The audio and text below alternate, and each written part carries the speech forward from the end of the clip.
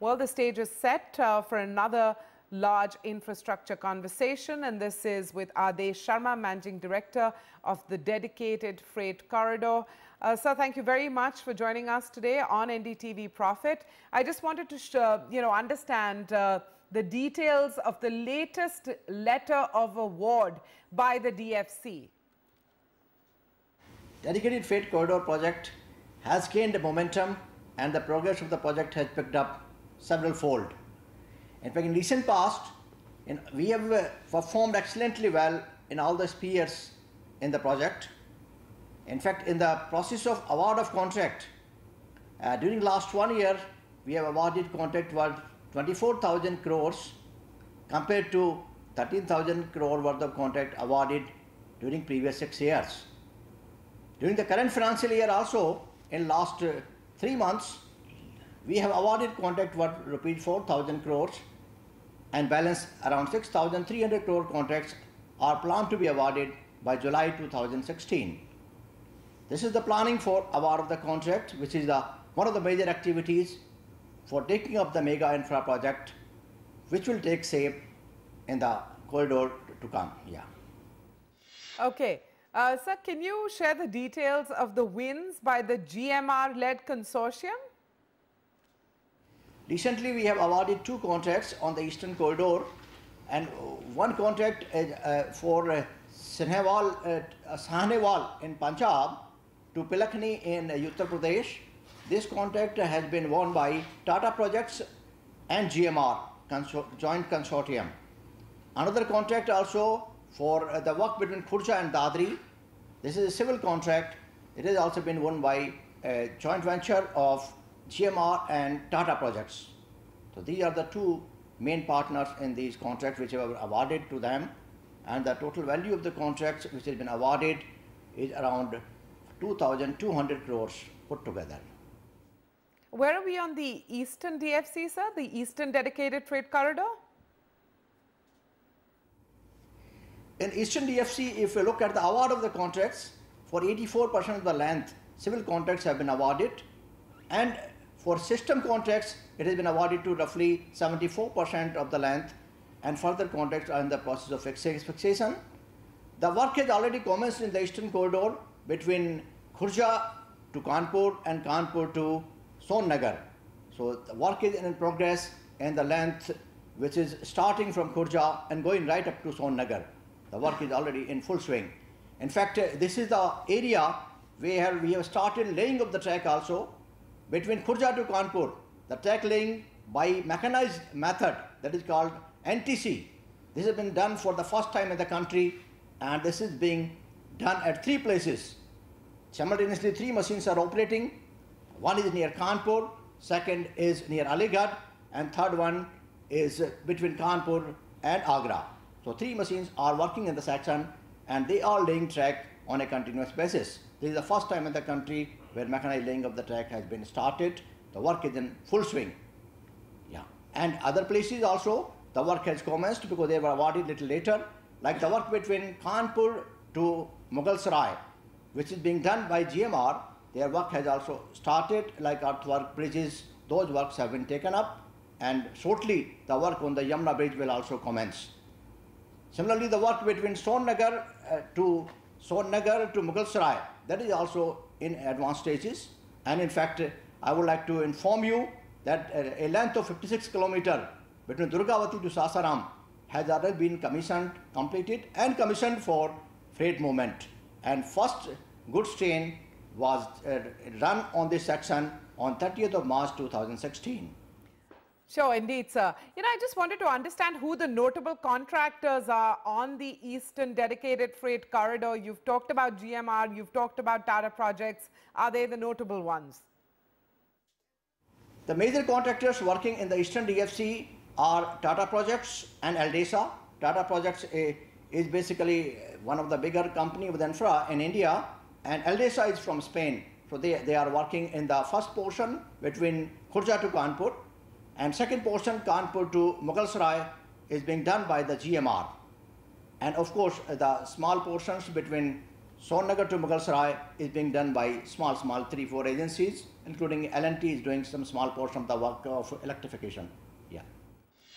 So on the Western DFC, how much of the work has been completed?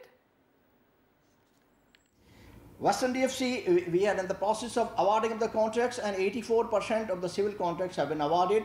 90% of the system contracts have also been awarded. So an only portion left over for awarding the contract is between Vetarna to JNPT or towards Mumbai area, and again between Rewari to Dadri on the northern part of the country, which are also planned to be fixed by July 2016. But apart from this, the work is already in progress between Rewari to Palanpur area, where the contracts were awarded about 2 years back, and there a lot of work has been already done, and track laying has already been commenced in this area. The work is in full swing. This work is being done by L&T.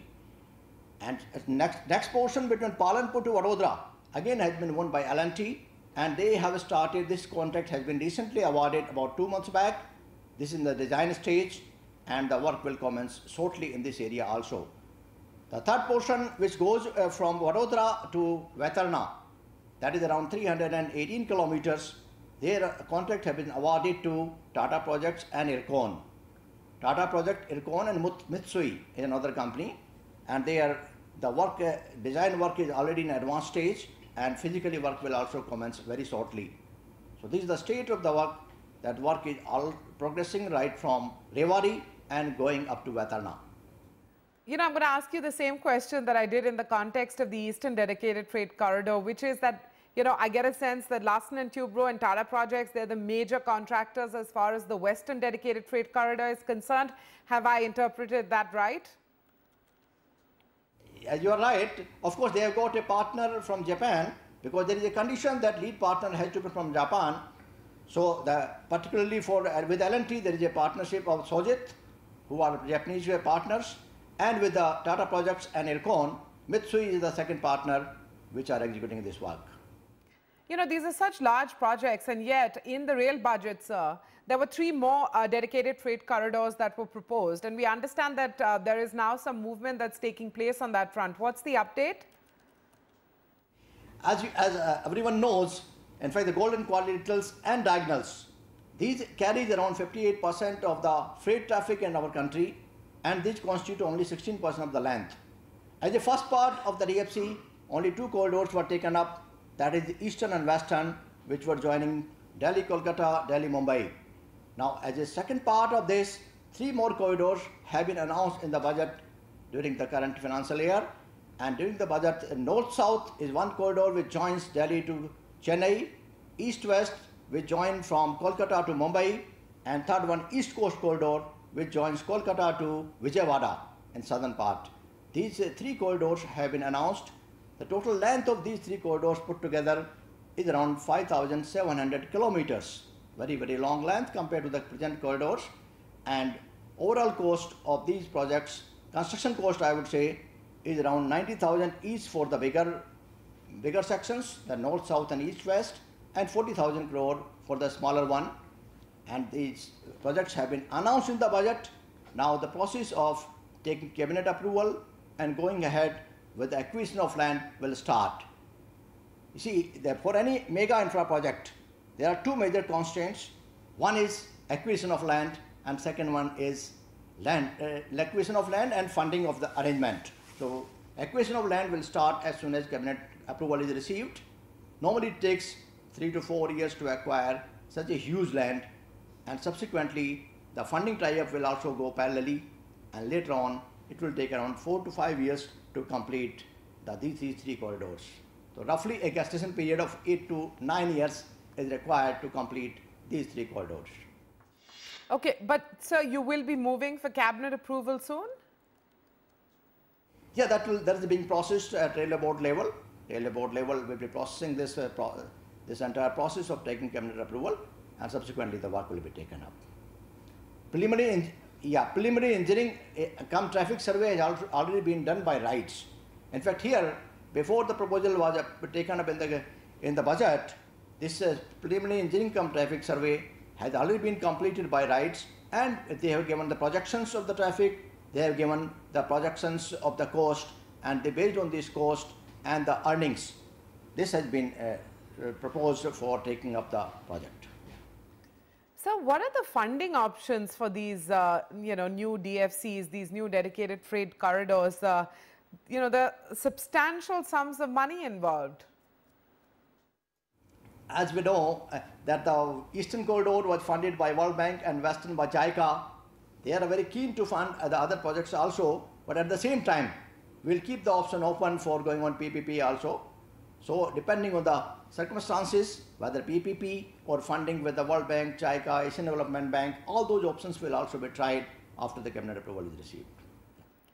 And you refer to the fact that RITES has already done the study on the 3 new dedicated freight corridors that have been proposed. What is the RITES study saying? What are the highlights?